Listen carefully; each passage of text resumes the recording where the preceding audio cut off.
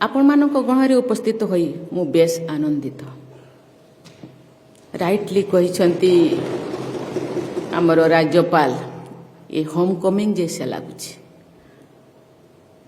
ଛୋଟବେଳର ସେଇ ଶବ୍ଦ ମୋର ମନେ ପଡ଼ୁଛି, ମାଟି ମୋର କେଡ଼େ ନିଜର, ତାସରି କିଛି ନାହିଁ, ତା ପାଦ ଧୂଳି ଚନ୍ଦନ ଭଳି, ମଥାରେ ଦିଅ ମୁଁ ବଳି।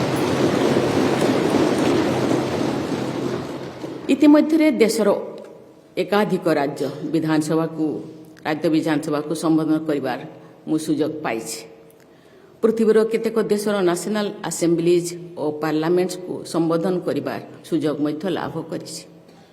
କିନ୍ତୁ ଓଡ଼ିଶା ବିଧାନସଭାକୁ ସମ୍ବୋଧନ କରିବା ମୋ ପାଇଁ ବିଶେଷ ଖୁସିର ବିଷୟ। ଏହାର ଯଥେଷ୍ଟ ବିଶେଷତା ରହିଛି।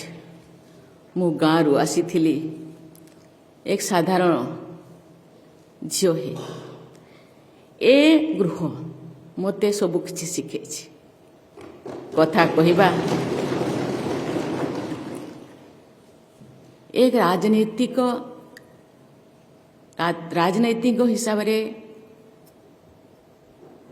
ସମସ୍ତଙ୍କ ସହିତ କିପରି ବ୍ୟବହାର କରିବା